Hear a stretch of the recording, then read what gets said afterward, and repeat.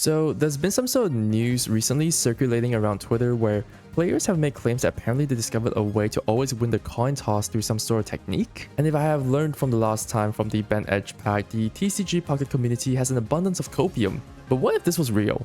Then that will probably explain why I'm losing all the time. So as a man of science, I wanted to test this and see if this is true for myself. So after doing some research and watching some already made videos around it, here's how the trick is apparently supposed to work.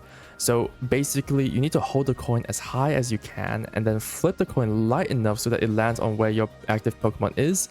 And when you do it right, you can land on heads consistently every time. Yeah, that's too good to be true. So the first thing we did was to create an entire deck based around coin flips.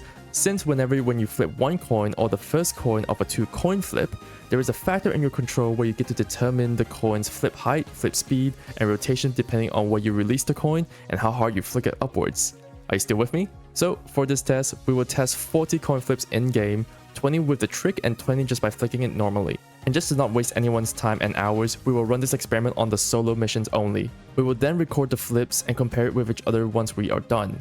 And if we manage to land heads 90% of the time with this method, the experiment will prove that this exploit is real. So without further ado, I'll see you all in a bit. So an hour has pretty much passed and we've already rolled 40 coins. And after cross comparison between the two techniques, I can safely say that this proves that the exploit does not work at all. I tried to replicate the technique to the best of what I could, and even if the conditions were right, we still couldn't get any head. I will admit that there were some moments that were perfectly done, and I really questioned my doubts towards this exploit, like what if I was wrong the whole time? But I stuck to it. I was still curious to see where this goes. And at the end of the day, it still did not prove that it was any sort of coin flip exploit. It's very likely that this was just a big combination of confirmation bias, lucky streaks, and a very big case of the Delulu.